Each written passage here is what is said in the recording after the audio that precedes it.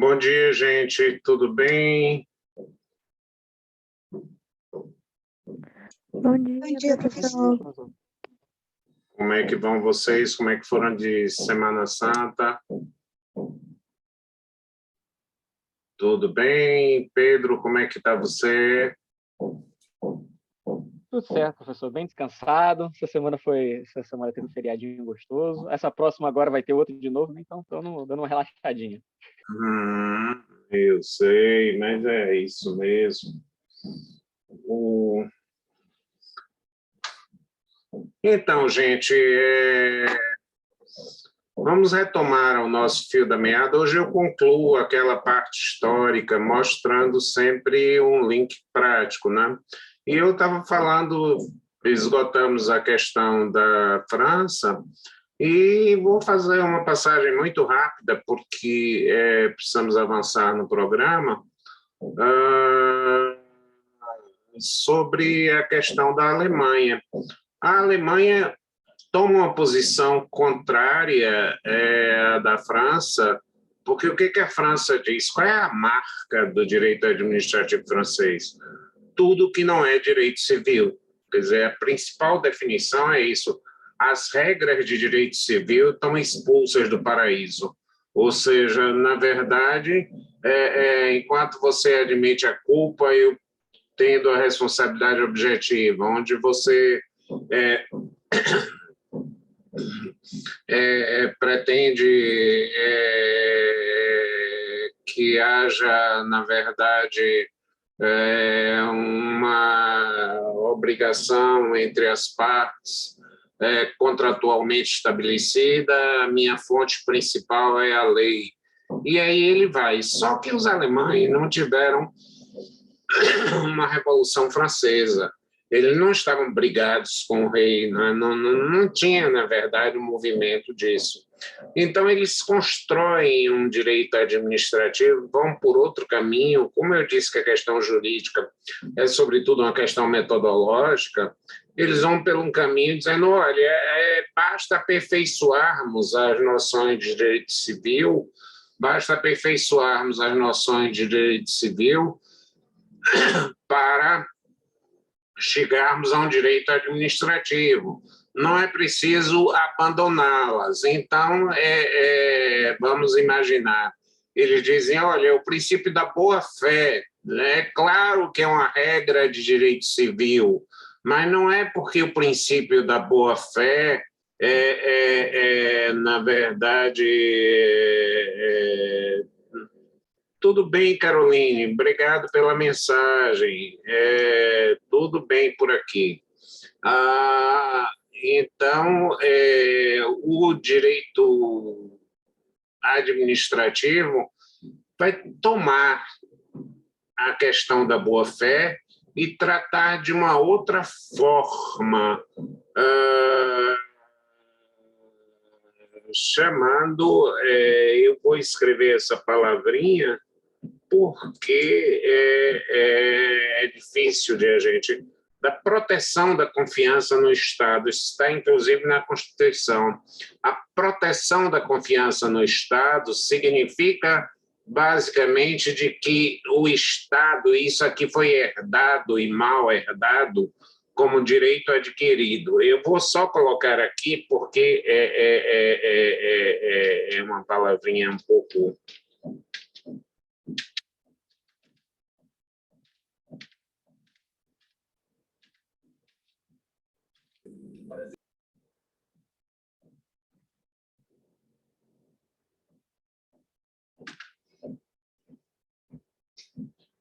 bonita, né?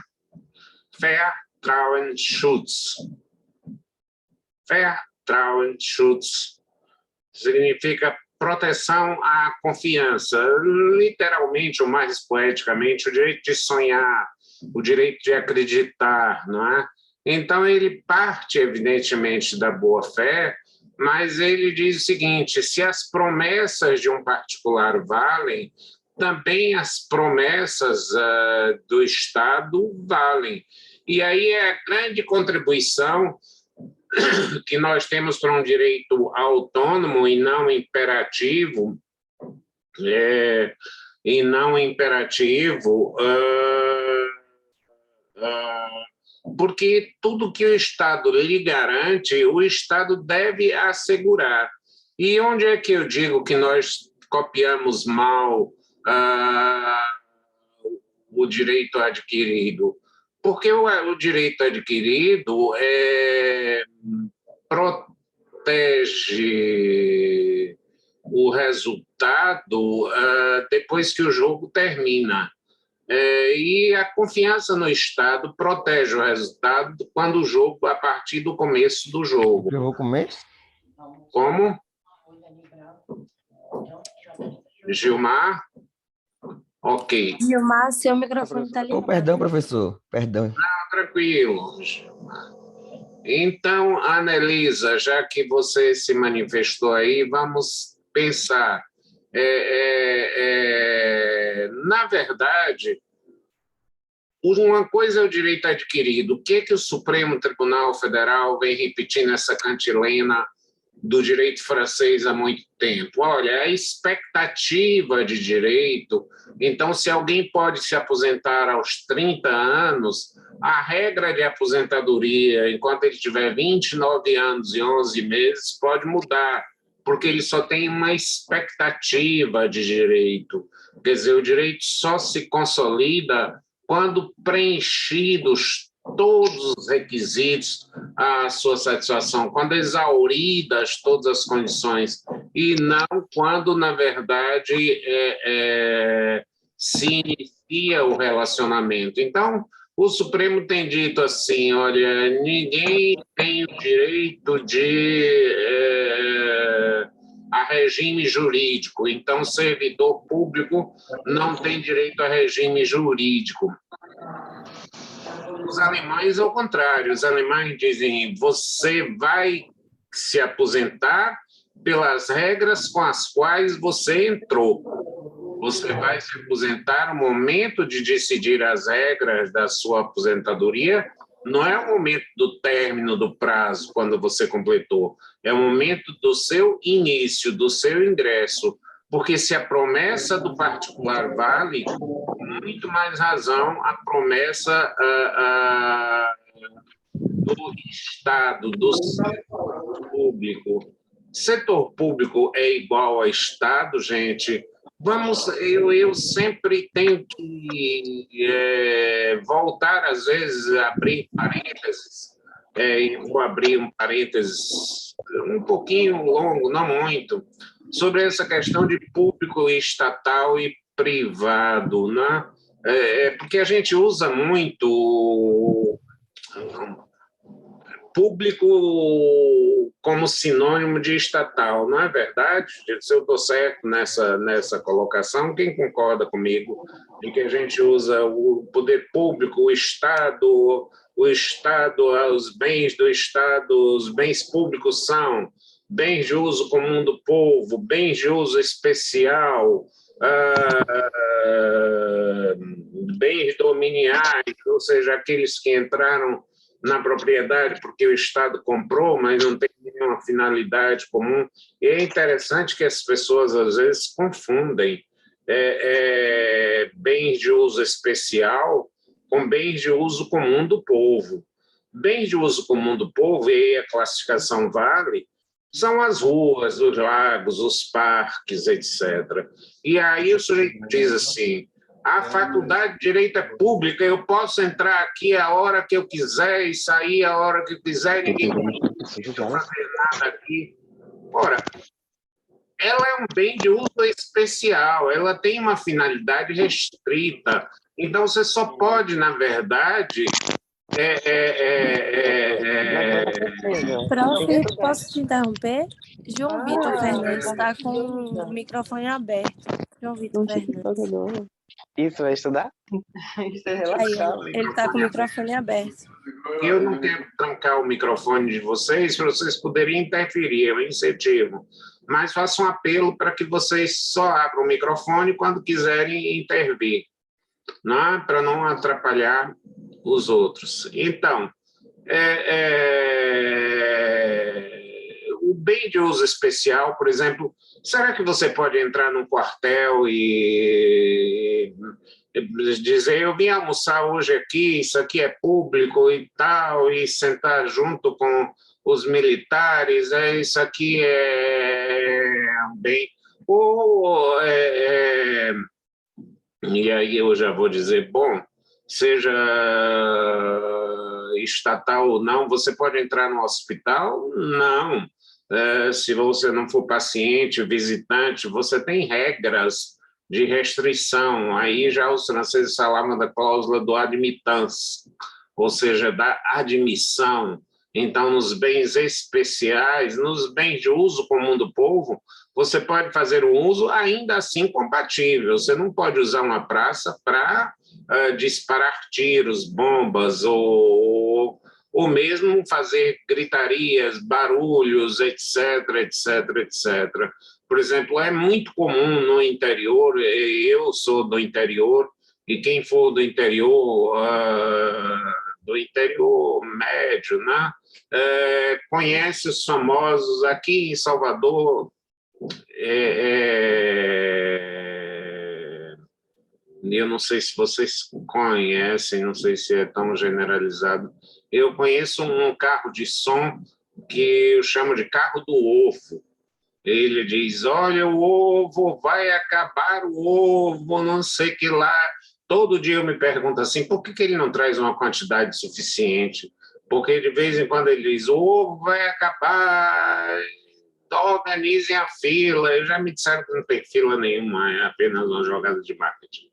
Então, já em Salvador, de um modo geral, você não pode sair circulando pelas ruas, fazendo festas, fazendo samba, fazendo outro tipo de coisa.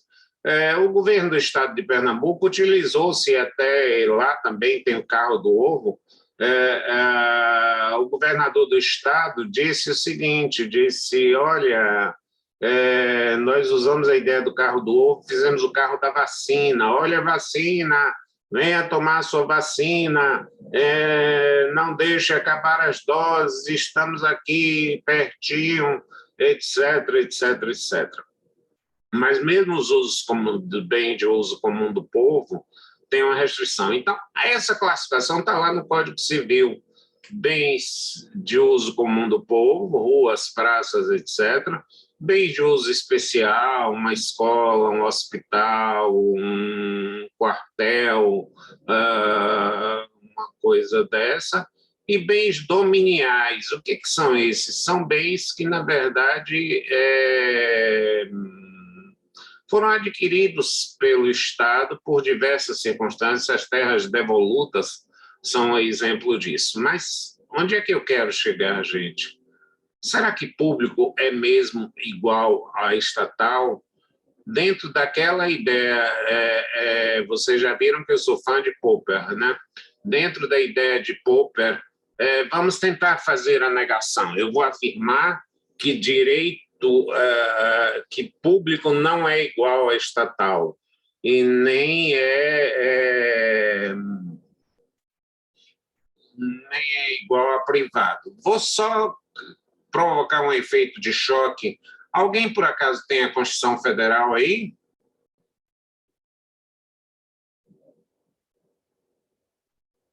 Eu tenho no Vadimeco. Pronto. Você tem? Quem é que está falando? Eu, Carol, tenho. Carol. Oi, Carol. Abra aí o artigo 223 da Constituição Federal e leia para a gente. Só um instante. Uhum.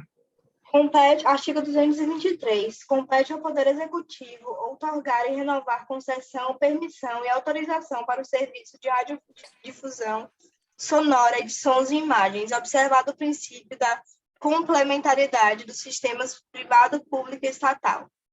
Isso, Carol. Lê aí essa frase, observado o princípio da complementaridade entre... Dos sistemas privado, público e estatal.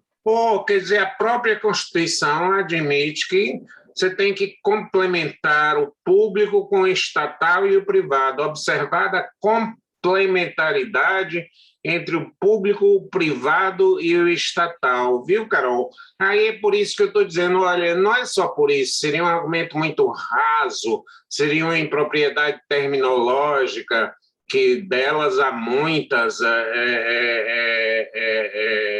dentro da faculdade. Eu cansei de ter uma briga com o livreiro da faculdade, Jorge, porque eu comprava um exemplar da Constituição e vinha lá escrito: as empresas públicas poderão ser organizadas, observado, aí vinha lá um inciso, o regime de direito privado. Eu digo, não, alguma coisa saiu errada aí.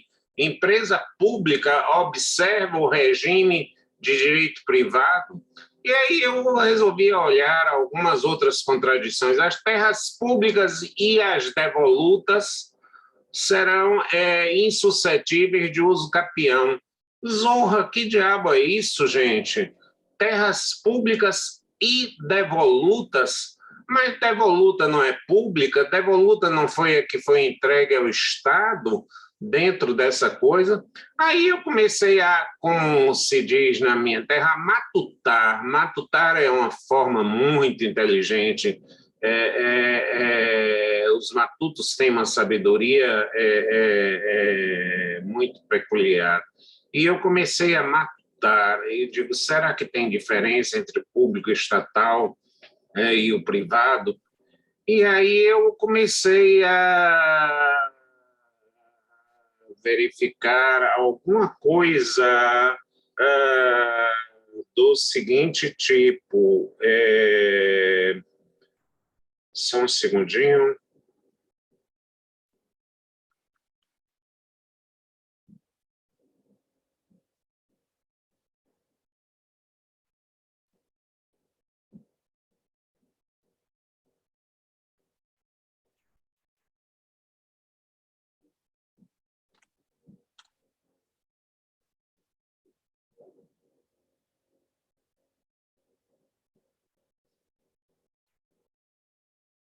Deixe-me ver aqui se eu ilustro com uma coisa aí.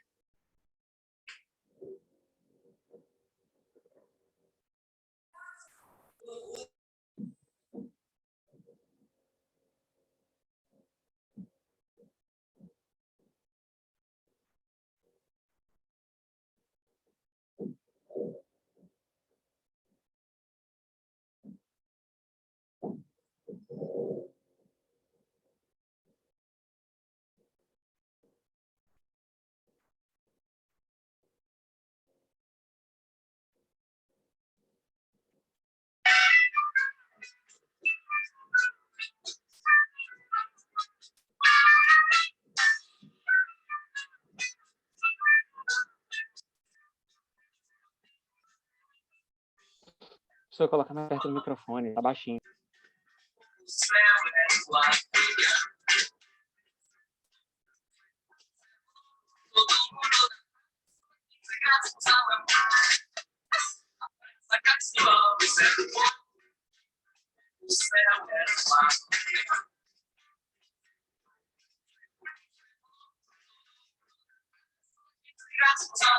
Mete o cotovelo e vai abrindo o caminho. Pega o meu cabelo pra não se perder e termina sozinho.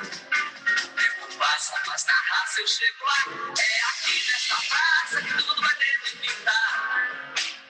A Praça Castro Alves é do povo, como o céu é do avião. Frevo novo, frevo novo, todo mundo na praça, quando a gente chegasse no salão. A Praça Castro Alves é do povo, como o céu é do avião. Frevo novo, eu quero um frevo novo, todo mundo na praça, quando a gente chegasse no salão. Mete o cotovelo e vai abrindo o caminho. Pega o meu cabelo pra não se perder e termina sozinho. O tempo passa, mas na raça eu chego lá.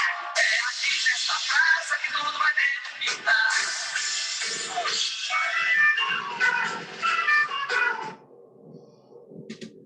O que Caetano diz aí? A Praça Castro Alves é do povo, ele se referia ao carnaval, né?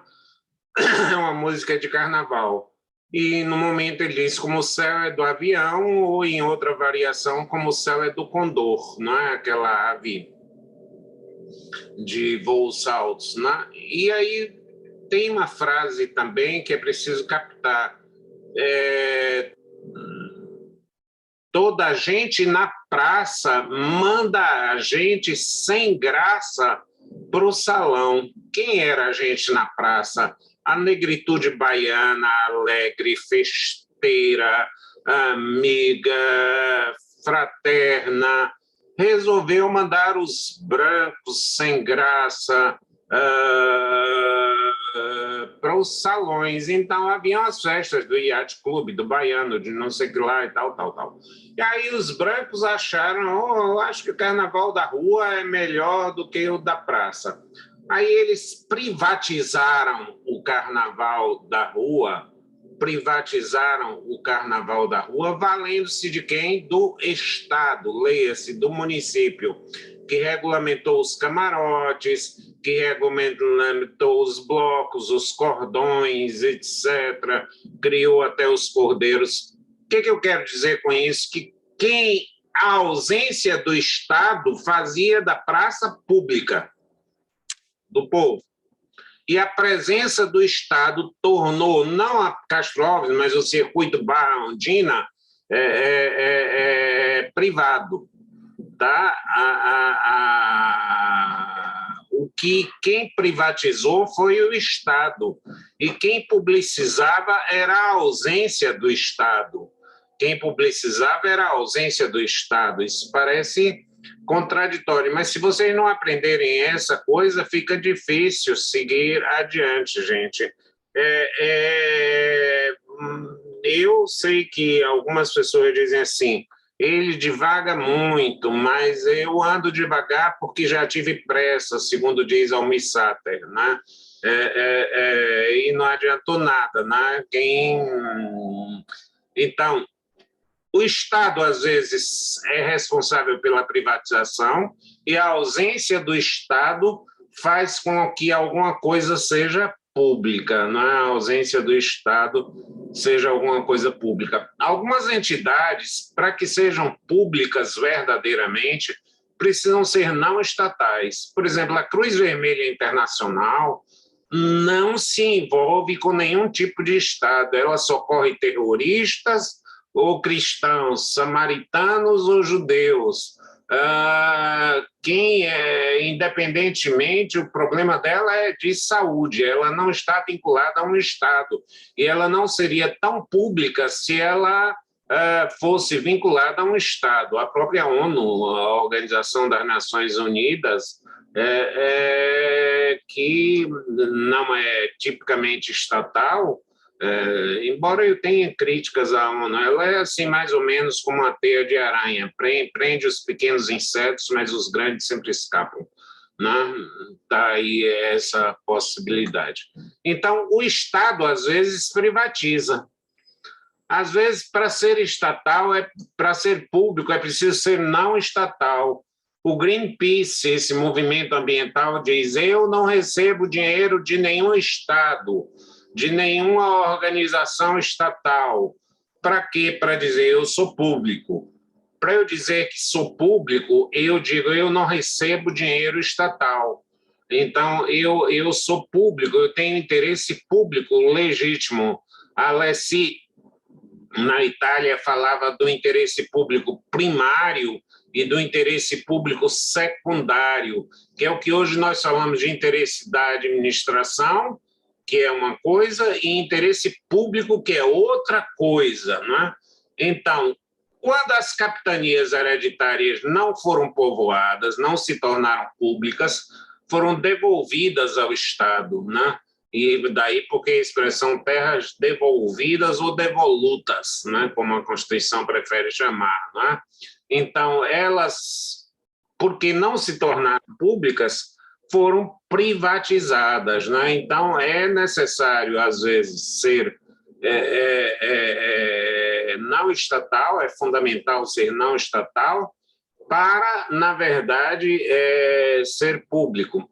Agora, imaginem vocês o seguinte, se nós associarmos o público ao estatal, conta-se um fato, e eu não sei se verdadeiro, mas como hipótese serve, que um determinado bordel, uma casa de prostituição, o imóvel foi vendido. Foi vendido porque o proprietário estava endividado com tributos, etc., e foi arrematado, não tinha ninguém, e o Estado ficou com a propriedade do bem. Como o Estado passou a ser propriedade, como o bem passou a ser propriedade do Estado, não se cobrou mais tributos, porque aquele era um bem público, entre aspas, né? Era um bem público, ou talvez no sentido mais literal da palavra. Então, o bordel era um bordel especializado, que não pagava imposto sobre serviço, sobre nada, nem imposto predial ele pagava mais, porque ele era considerado público. Vejam que idiosincrasia, que coisa absolutamente louca, por uma confusão entre público e estatal. Uma empresa pública, na verdade, leia-se, é uma empresa estatal.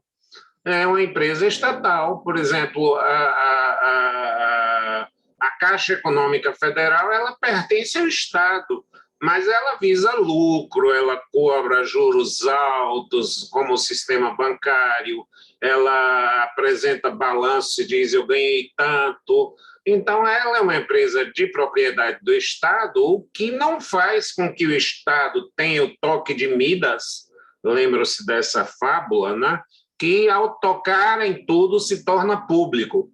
Quer dizer, o Estado não tem o toque de Midas para aquilo que ele toca se torna público. Ao contrário, a presença do Estado pode privatizar, como eu mostrei no caso claro do Carnaval da Bahia, né?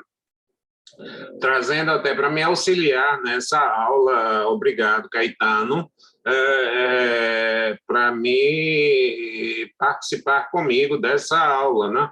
Então, volto a dizer, para ser público, às vezes é preciso ser não estatal, e às vezes o Estado é quem gera o privado e a ausência do Estado é quem produz o público. E isso nos permite até concluir por uma questão lógica. Se público fosse igual a estatal e o Estado persegue um fim público, vocês concordam com essa premissa média, né? O Estado persegue um fim público, logo o Estado persegue um fim estatal. E a gente não iria chegar a lugar nenhum. Se público fosse igual a estatal, eu, na verdade, iria dizer que Estado é Estado. Pronto, não vamos confundir uma coisa com outra, nem outra com uma coisa, né? O Estado se dirige à produção da energia pública. Eu me lembro que na minha dissertação de mestrado, lá para a década de 90, eu escrevi isso e a minha professora perguntou o que diabo é energia pública? Eu digo, olha, o Estado tem o papel de desenvolver as energias públicas, mas não é monopolista nisso, não. Não é monopolista nisso, não. As obras sociais de Irmã Dulce, as obras de Edivaldo Franco, as obras confessionais, elas são públicas mesmo que elas não sejam estatais. No Reino Unido, você vê, por exemplo, a State School e a Public School.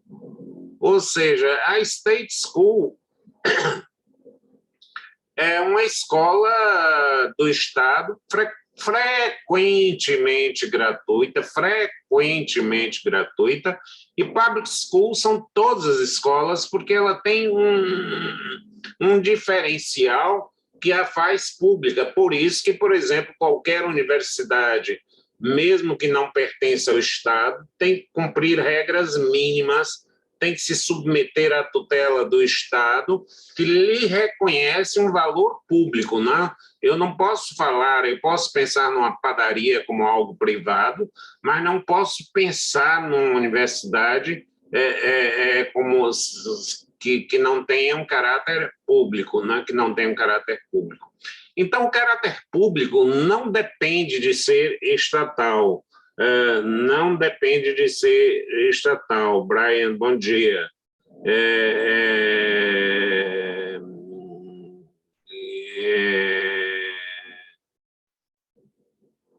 artigo que eu citei, Ana, foi o 223 da Constituição Federal.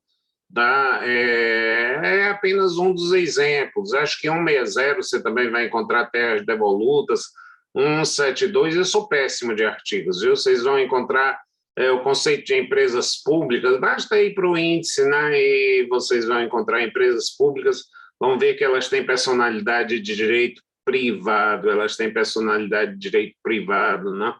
Então, efetivamente, vamos distinguir público de privado e público de estatal, né? Vamos definir público de privado e público de estatal, e até perspectiva pública de perspectiva privada.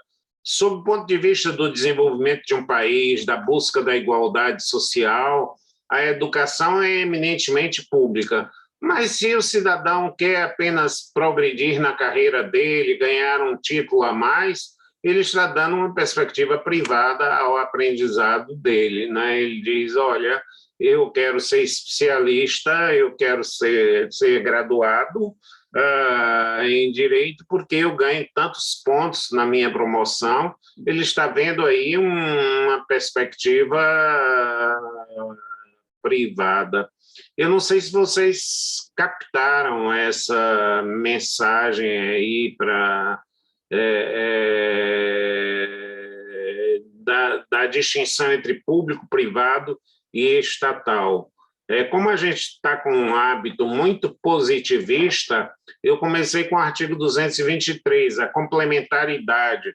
Eu digo, olha, o que eu estou dizendo está abençoado até pela Constituição, né? Mesmo que tivesse amaldiçoado, a Constituição não pode superar a lógica, né? A Constituição não pode superar a lógica. Aliás, eu, mais uma vez, como Caetano, digo, eu não consigo entender sua lógica.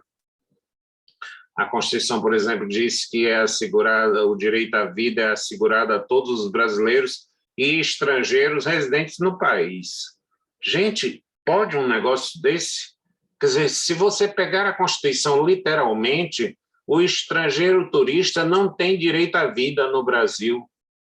Está lá escrito que o direito à vida é assegurado a todos os brasileiros e estrangeiros residentes no país.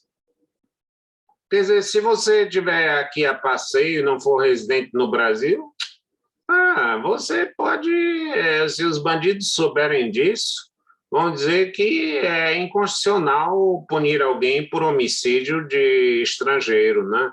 Porque a Constituição só garante a vida aos estrangeiros residentes no país. Então, turista, teoricamente, poderia ser alvo de homicídio. Cuidado, gente, que eu sou muito irônico, viu? Vocês têm que se acostumar com meu caráter meio satírico, né? Eu tento me policiar, mas não consigo. Acho que é porque eu não acho que para que você seja profundo, você tem que ser obscuro, né? Eu acho que há muita gente que, para parecer profundo, se torna obscuro. Eu reconheço que eu faço uma aula densa, com conteúdo, né? Eu sei disso, né? Eu sei que eu quebro tabus, né? Mas os tabus já nasceram para serem quebrados, tanto que já se chamam de tabus. Se os tabus não fossem para ser quebrados, teriam outro nome. Se chamariam ômega, se chamariam delta, se chamariam alfa, mas se eles chamam tabus, eles estão dizendo me quebre. Então, o tabu da equalização do público com o Estado é um tabu a ser quebrado, né? E eu não posso deixar de dispensar uma proteção à irmã Dulce só porque ela não tem a tutela do Estado, e dispensar uma proteção a uma fabriqueta que, ou vamos dizer, como aconteceu na França, E no Brasil também há uma produtora de cigarros só porque pertencia ao Estado. Imagine você dizer que vender cigarro é um fim público, quer dizer, ou seja, que contribui para o interesse público. Bastaria que você tivesse uma companhia de cigarro estatal, né? Uma companhia de cigarro estatal tornaria isso prioritário, não sujeito a tributos, etc., etc., etc., né? Ela não seria, então, a gente vai tentar encontrar esse bendito público que anda perdido aí pela floresta, e não adianta se o lobo vir ou não vir, né? Ele continua perdido, né? Não é enquanto seu lobo não vem, ele continua perdido na floresta, né? Ele, na verdade, fechado esse longo parênteses, onde eu tentei mostrar a vocês que público não se confunde com estatal, que estatal não se confunde com privado, que estatal não se confunde com público, até porque eu preciso de um conceito autônomo de público, eu preciso de um conceito autônomo de público, até para validar se um Estado está seguindo o público ou se, ao contrário, o dirigente é um déspota e está seguindo o interesse privado. Quando eu digo, olha, ele fez uma estrada, pudera, porque a fazenda dele é lá pertinho. Ele, na verdade, se desviou da finalidade, aquilo que nós falamos como contribuição do direito francês. O que é o desvio da finalidade? É o Estado descarrilhar-se do interesse público para atender ao interesse privado. Mas se eu não tiver claramente a diferença entre público e privado, eu não consigo alcançar um medidor ou um termômetro para o Estado. Agora, vamos convir e vamos combinar que não é só o Estado quem busca o público, né? Não é só o Estado quem busca o público. Há muitas entidades que, para sobreviverem, precisam cobrar. Você pode ter, por exemplo, um hospital que eu chamarei de público, mesmo que ele não seja estatal, desde que ele não tenha lucratividade. Uma coisa é você ter economia. É você, na verdade, trabalhar num circuito econômico, cobrar valores para manutenção, cobrar valores do que estão. Aliás, você tornar gratuito, indiscriminadamente, o que é estatal é uma forma de privatizar. É uma forma de privatizar. Ou seja, eu, na verdade, imagine o seguinte, que eu tenho um hospital, eu digo que ele é gratuito para todo mundo. Absolutamente independentemente da capacidade econômica. Eu estou criando a fila e o pobre, coitado, não consegue entrar, porque tem pessoas que dizem, bom, esse hospital é de excelência e eu vou, na verdade, me beneficiar dele sem cobrar nada. Por exemplo, há um hospital aqui que tem se destacado no Brasil, que é o Sara Kubitschek. Agora, falando sério, pesquisas mostram. E o Sara Kubitschek é totalmente gratuito. Isso pode gerar uma disparidade de que pessoas multimilionárias procuram o Sara Kubitschek e tomam a vaga de pessoas muito pobres. Não que elas não possam ter acesso ao Sara Kubitschek, mas que seria razoável cobrar-se alguma coisa proporcional ao que elas têm, exatamente para ampliar-se o serviço, para criar-se mais postos, mais unidades hospitalares do Sara Kubitschek. Então, vejam que, na verdade, o conceito de público e de privado não é um conceito tão simples de se amealhar. Eu me sinto assim como se estivesse tirando a inocência de vocês, sabe? Alguma coisa de que a gente já dava por sedimentado, por preparado, por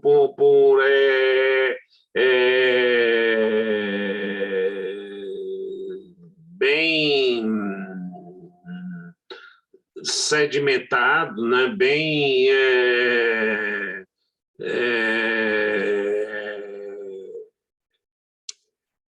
consolidado, e, na verdade, não é.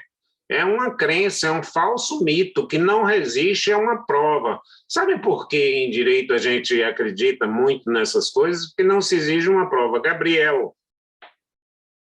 Tudo bem, Gabriel? Bom dia, professor. Tudo sim. Bom dia, Gabriel. Você está com a Bom dia, mãozinha professor. aí, fique à vontade, pode interferir, vai lá. Contribua para esse debate aí. Ah, não, eu só entrei agora, não estava com a mão levantada, não. Mas se quiser participar, tá bom. Alguém quer participar desse debate aí, que é um debate muito rico, muito interessante, sobre Professor, público estatal. Gilmar, eu só me lembrei de um pequeno caso que aconteceu recentemente. Aqui onde eu moro, tem uma amiga minha, a família dela tem muito dinheiro, né? A mãe dela é médica e tal, tem um hospital aqui, e ela foi fazer tratamento, ela tinha um problema de coluna, ela foi se tratar no AACD em São Paulo. você imagine, quer dizer, então, essa discriminação, o papel da lei é discriminar, não é? Agora, a discriminação é razoável, é proporcional, a grande questão é saber isso. Eu não posso me queixar de que só os médicos podem prescrever receitas, de que só os advogados podem defender causas, de que só os engenheiros podem construir pontes.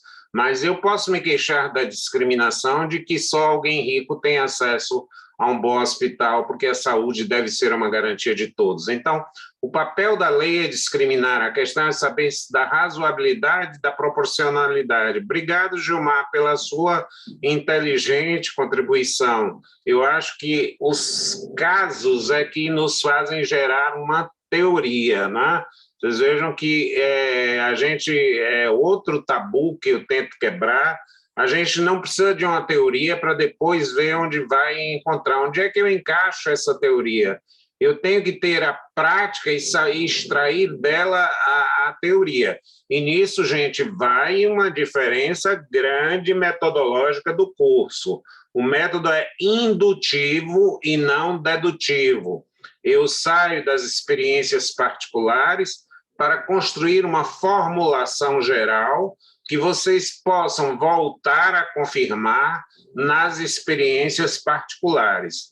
Percebem isso? Quer dizer, é um jogo dialético, é um diálogo entre a experiência particular e a formação de uma teoria cuja consistência só pode ser verificada à luz das experiências particulares. É simples, se eu disser que os corvos são negros, basta que alguém me apresente um corvo branco para eu modificar a minha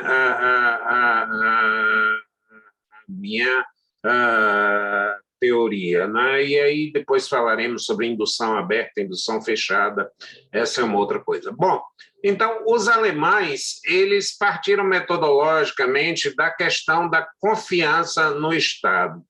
Mas aí vocês dirão, essa confiança no Estado era alguma coisa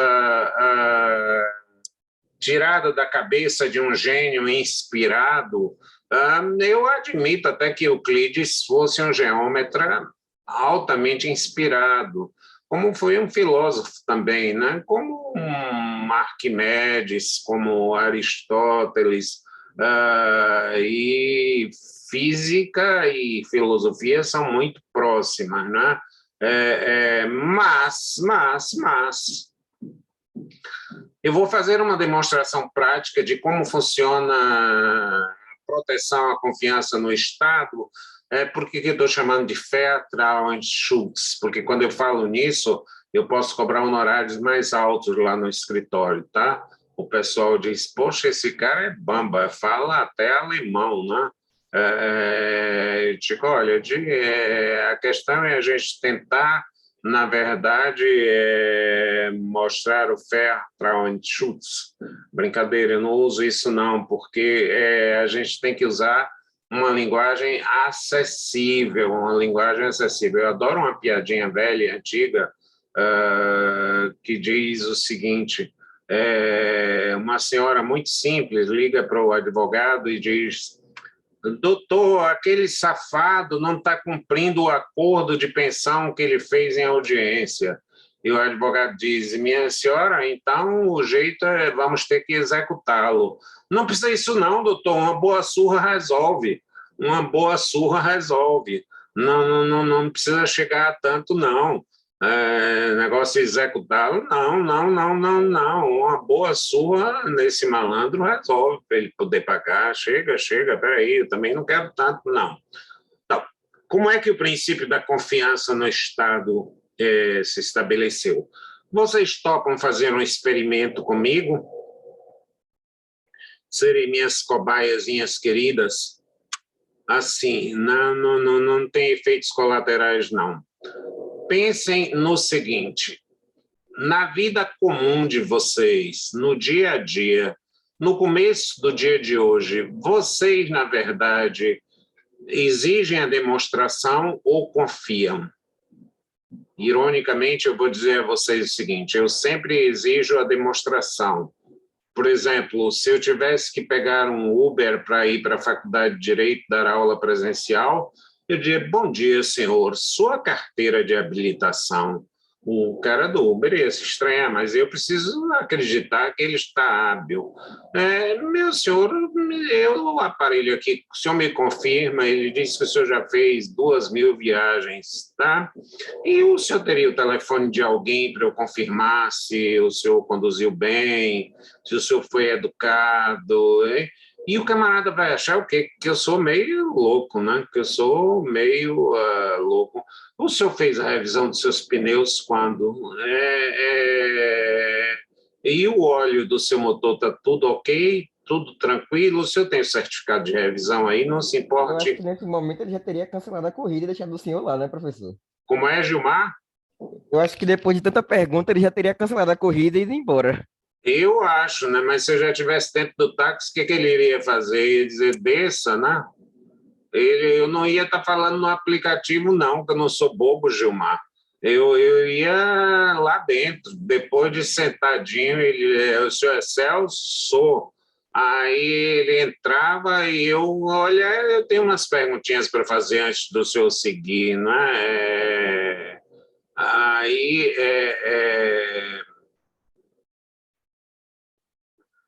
outra coisa, quando eu vou a um dentista e ele diz assim, você vai ter que fazer um trabalho de endodontia, tratamento de canal. Aí eu digo assim, o senhor estudou essa matéria, né? Qual foi a sua faculdade? Foi a faculdade tal. Me desculpe aí, eu não quero ser chato, não, mas que nota o senhor tirou em endodontia? Deixa eu ver se o senhor frequentava as aulas de endodontia. Aí o cara disse, me respeite, e me mandava embora, né? Esse tipo de coisa, né? Dizem que Getúlio Vargas só viajava no avião presidencial acompanhado do mecânico, porque se o mecânico que fazia a manutenção do avião deixasse de ser cuidadoso, ele ia sofrer também as consequências, né? Ele ia sofrer, então, o encarregado de manutenção tinha que viajar com ele, né? Não era para fazer a manutenção durante o voo, mas vejam bem, se vocês entrarem no prédio da Faculdade de Direito, eu só entrei lá depois que era calouro na época, eu pedi o cálculo estrutural todo, eu digo, vou botar minha cabeça embaixo de um prédio desse que eu nunca conheço, sei lá se não vai desabar, não vai ter outro tipo de coisa. Claro, eu tomei o cuidado antes de ser apedrejado, né? Qual a geni de Chico Buarque, né? Em quem todos querem atirar pedras, eu disse que eu estava sendo irônico, porque na imensa maioria das vezes nós confiamos e em poucas vezes nós exigimos demonstração.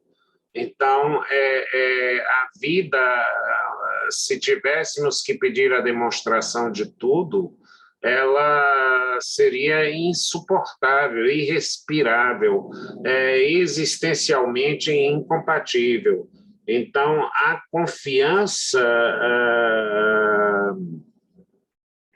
em alguém que diz essa coisa é fundamental. Por exemplo, no mundo virtual hoje das fake news, ou palavrinha que chegou aqui para ficar, né? Quer dizer, não adianta você dizer nas fraudes, né?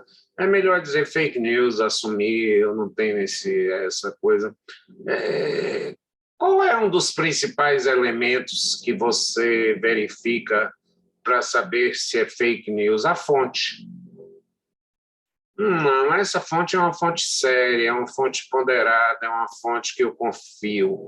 Eu tenho um grupo de WhatsApp que, quando o camarada escreve, eu digo, olha, eu não acredito nem um pouco, porque ele não me merece confiança. Eu nem vou... Alguns, quando o fato me parece muito esdrúxulo, ou como hoje se quer dizer bizarro, num sentido não adequado, eu vou buscar em alguma fonte, vou ver se algum outro órgão se referiu, quantas pessoas, na verdade, se referiram. Excepcionalmente, você, por exemplo, faz alguns testes de demonstração, mas isso é excepcional na vida. Por exemplo, eu tenho hábito, se eu estiver num lugar desconhecido, hoje menos com os Wazes e outro tipo de coisa, né? Eu tinha o hábito de perguntar a duas pessoas distintas, porque a chance de elas me darem erradas e com a mesma direção era muito pequena, né? Era muito, estatisticamente, era muito pequena. Então, eu jogava com esse dado, eu perguntava, por favor, onde fica na Avenida 9 de Julho? E aí o camarada, o senhor segue à direita e tal.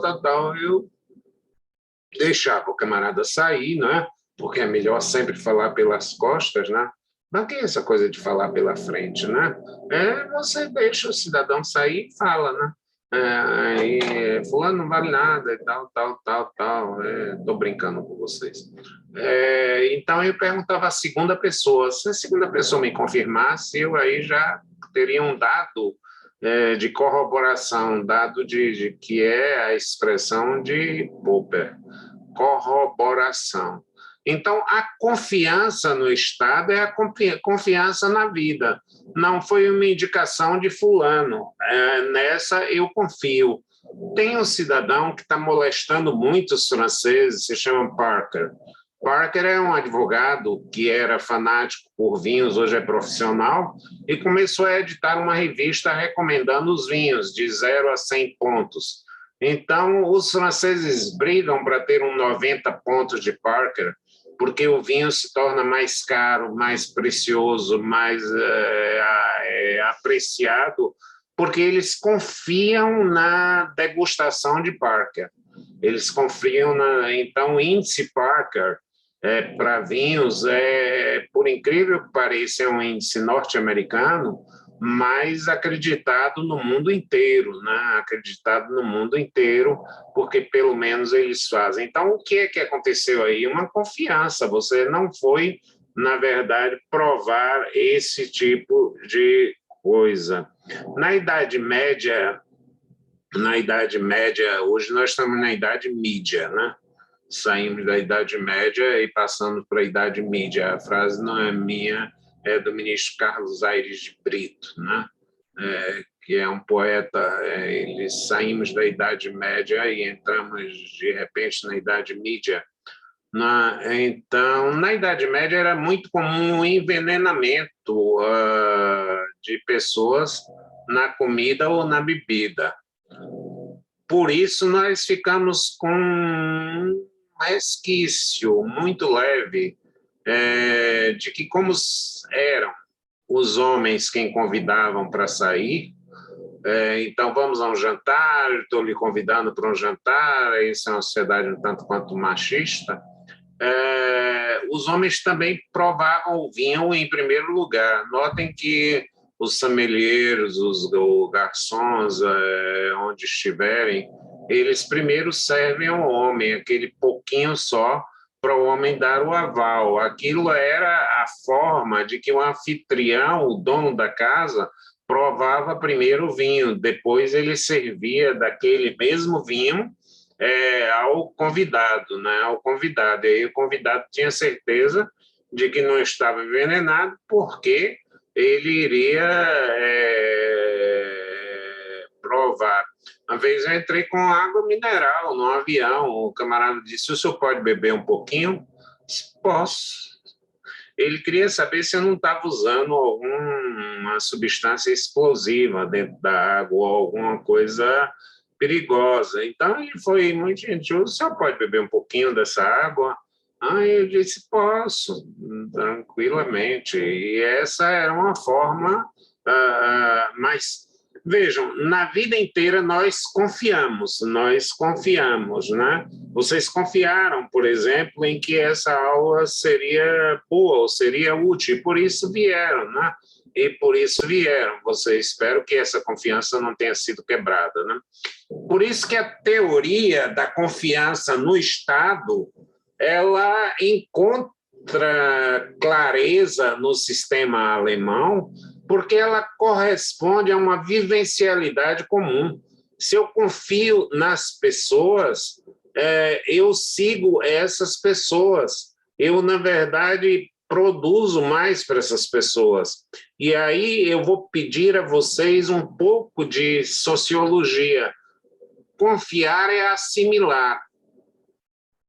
Demonstrar é se acomodar. Bom, já diante dessa prova que você fez, eu não tenho outro jeito senão fazer isso. Mas assimilar, que é um estado de confiança, é o que eu digo o seguinte: é a diferença entre o amai-vos uns aos outros, assimilação, ou suportemo-nos mutuamente, a acomodação, né? Então, se eu assimilo as práticas do Estado, eu, na verdade, sou mais colaborativo com o Estado, e o Estado se torna mais eficiente, porque eu não espero que tenha guarda para me reprimir, mas eu não jogo papel na rua porque eu confio em que aquilo é, né? Eu introjeto esses valores. Então, a confiança é uma relação de introjeção, e a demonstração é de extrojeção. Ou seja, eu exijo que alguma coisa de fora me dê esse tipo de situação. Cada cultura tem o seu grau de confiança. Por exemplo, os japoneses, um pouco antes da pandemia, eu tive em algumas cidades do Japão, Tóquio inclusive, e já sabia que era uma descortesia você conferir o troco, porque eles achavam que você estava desconfiando de lhe dar um troco errado. Então, eles reagiam fortemente à ideia de que você conferisse o troco, porque era uma questão da confiabilidade que você existia. Então, coerente com as premissas do direito alemão, ele diz: eu pego a confiança entre as pessoas comuns, e transporto essa confiança para o Estado. Então, a proteção à confiança no Estado. O Estado não deve romper com a confiança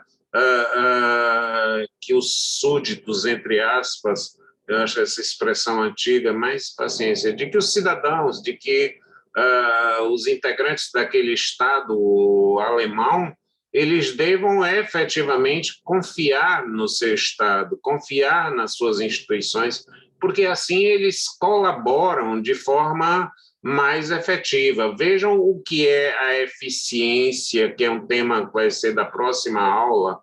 Eu já adianto a vocês, anotem aí, que na próxima aula a gente vai seguir o percurso como se fosse um roteiro do artigo 37 da Constituição Federal, que são chamados princípios da administração pública. Quem me ajuda aí com a Constituição? 37.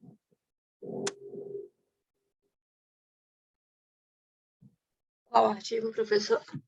37, Carol. Só um instante.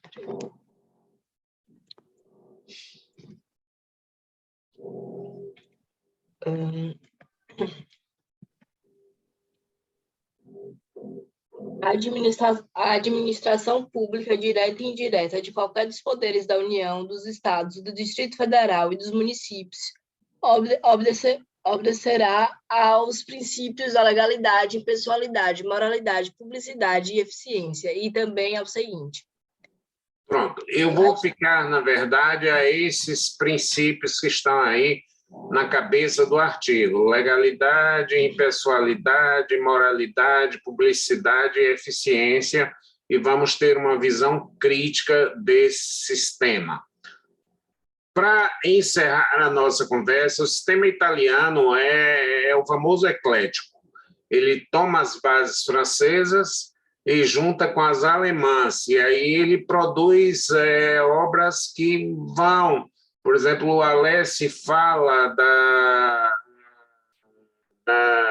do interesse público primário e do interesse público secundário, que vai nos dar margem a falarmos aqui agora do público e do estatal, não é? Quer dizer, isso é graças a Alessi, e que tem esse tipo de coisa. Uma outra coisa que eu adoro nos italianos é essa expressão que eu não consigo, eu já falei com elas a vocês.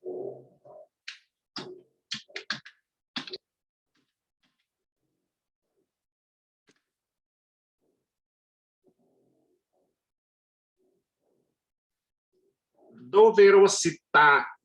Eu traduzo literalmente por deveridade, mas deveridade é uma palavra muito feia, é como se você dissesse: como é seu nome? Ermengarda. Não, desculpe, creio que não tenha ninguém com esse nome. Qual é o seu nome? Ermengarda. Mas eu já vi uma moça que era chamada Semodosseia. Eu acho que os pais ficaram muito irritados quando ela nasceu, sinceramente, né? Porque é uma brincadeira essa coisa. É preciso muito cuidado para evitar que pessoas, às vezes, cultas fazem junção de nomes que ficam terríveis, né? Eu conheço uma moça casada com um rapaz, ambos de nível superior, e ela se chama Ruth, e ele Robson, e o filho passou a se chamar Hudson, mistura de Ruth com Robson. Já imaginaram a responsabilidade? Quer dizer, o prenome poderia ser trocado em algum outro tempo, ou pelo menos... e é interessante o seguinte: a classe mais privilegiada põe nomes mais simples, e a classe menos privilegiada gosta dos Ws, dos nomes estrangeiros, de outro tipo de coisa, de Washington, de Williams, tinha um funcionário já deve estar aposentado, da universidade, que as pessoas, ele era do almoxarifado. E eu um dia perguntei: vem cá, eu vejo gente lhe chamar de Davidson e já vi gente lhe chamar Davidson. Ele disse: professor, era o seguinte, quando eu vim do interior era Davidson. Aí fiquei noivo de uma moça e ela me disse que não, que meu nome tinha que ser Davidson. E aí as pessoas da minha terra continuam me chamando de Davidson. As pessoas aqui da cidade me chamam Davidson. E eu aí fico, quer dizer, vejam a crise existencial do rapaz, nem sabe se é Davidson, nem sabe se é Davidson, né? Não é? É uma coisa meio... Um dos grandes professores dessa casa, um homem de formação do interior e que ganhou agora não, é doutor em filosofia pela Universidade de Coimbra, professor Antônio Sá. Ele foi verificar recentemente e o registro dele estava Antonino Sá, no interior, né, zona bem rural, né, escreveram Antonino Sá, né? Então, ele já se habituou com o Antônio Sá e não mudou, virou nome artístico mesmo, né? Então, a proteção à confiança no Estado é a proteção que gera eficiência. Quando você confia, você acredita, você se entusiasma, você vem, você quer, você produz, você faz. Quando você se acomoda, você diz que coisa mais estúpida, que exigência mais louca, eu vou fazer se tiver alguém vigiando, se tiver alguém, na verdade, me cobrando, mas fora disso eu não vou, na verdade, cumprir, porque simplesmente você não consegue entender a lógica, ela não se encaixa no seu padrão de confiança, né? Ela não se encaixa no seu padrão de fé. Fé no sentido de confiar sem demonstrar. Quer dizer, mas para que você confie sem demonstrar, é preciso que, historicamente, quais são as fontes de confiança no Estado? A tradição, a história, a repetição, a inexistência de quebra de paradigmas, o cumprimento efetivo da norma, os parâmetros todos que levam o conjunto, um plexo de situações que nos levam a essa credibilidade. O que significa essa doverosità para os italianos? De veridade. E o que é de veridade? Carlos Cóssio, um jurista-filósofo argentino, a quem eu conheci pessoalmente, no curso de graduação, eu cometi a aventura, imaginem, de pegar um ônibus. Eu não tinha dinheiro para pegar avião, não, viu, gente? Aí peguei um ônibus de São Paulo a Buenos Aires, e o professor Machado Neto marcou uma entrevista minha com o Carlos Cóssio, né? Eu saí encantado com essas coisas. E ele falava de uma questão, e eu me lembro que ele, se eu vou rever e vou passar a dar esse exemplo, aí é que eu fiquei cheio entusiasmado por teoria do direito, que é, na verdade, o que eu mais sei um pouco, né? E ele dizia o seguinte: há o direito de inordinação, e o exemplo dele era do escravo, que só tem o direito de cumprir o próprio dever. Quer dizer, ao escravo não se reconhecem outros direitos. Aí eu disse: professor Cóssio, não seria também o caso da administração pública? Ele disse: eu nunca pensei nisso. Eu digo: a administração pública só tem o direito de cumprir o dever. Se ela tiver o direito e não for um dever, ela não tem o direito.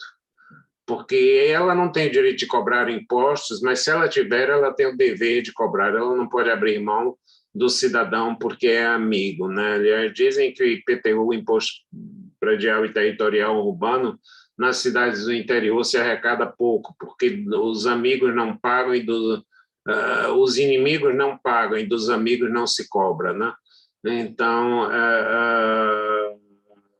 a administração, sempre que ela tiver o dever, ela tem o poder, não é? Quer dizer, até porque dentro daquela lógica que eu coloquei para vocês, de que o poder é uma derivação do dever. Na administração não há essa coisa de posso, mas não quero.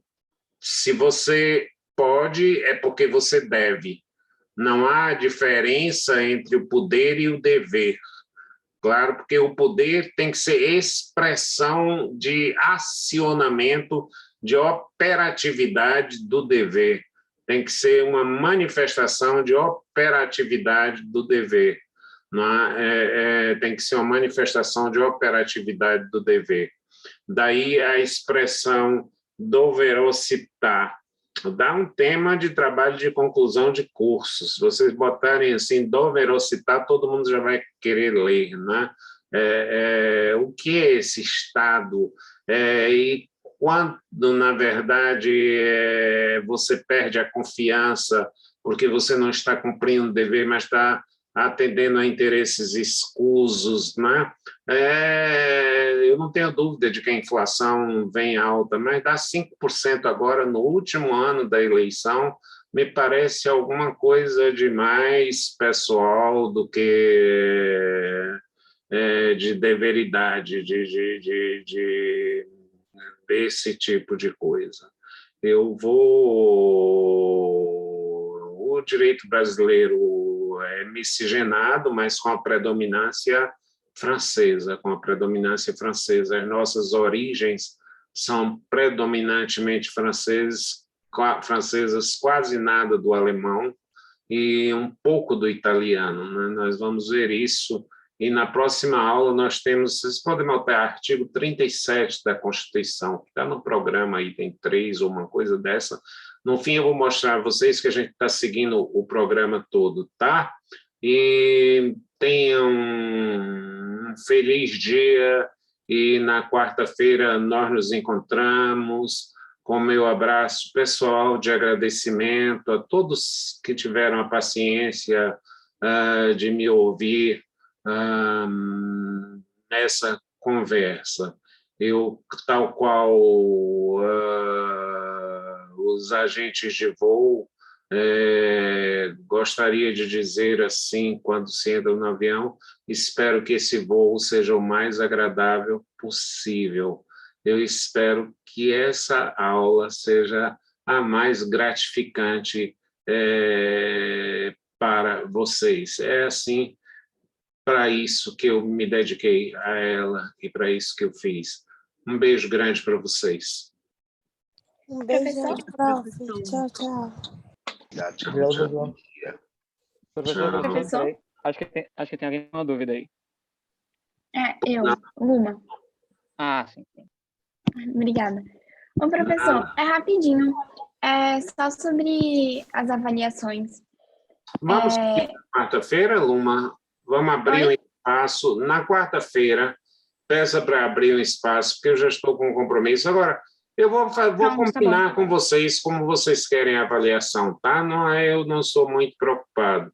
Se vocês querem um texto, se querem fazer no próprio horário, eu sou bem democrático. Sabem por quê? Porque eu sou descrente desse modelo tradicional de avaliação. O que é isso, o que é aquilo, responda, não sei o que lá. E também do momento em que você responde. Eu nunca faço uma petição só naquele minuto, naquela hora, né? Eu levo um dia, olho no dia seguinte, revejo. Eu não quero memória de vocês, eu quero conhecimento. Então, eu estou dando só as premissas epistemológicas, teóricas da nossa avaliação. Eu considero, eu considero a aula com um peso 8 e a avaliação com um peso 2. Ela é um complemento dessa situação. Pedro, que já me acompanha há 2 semestres, sabe muito bem disso, né? De que, então, zero de preocupação com a avaliação, tá? Eu vou aceitar propostas de vocês. A única proposta que não aceito, que eu ainda resisto, é a proposta de trabalhos em grupo. Isso eu já retiro, porque fica difícil avaliar a contribuição de cada um. Aí eu teria que fazer uma prova oral, que vai dar no mesmo, né? Tá certo, professor.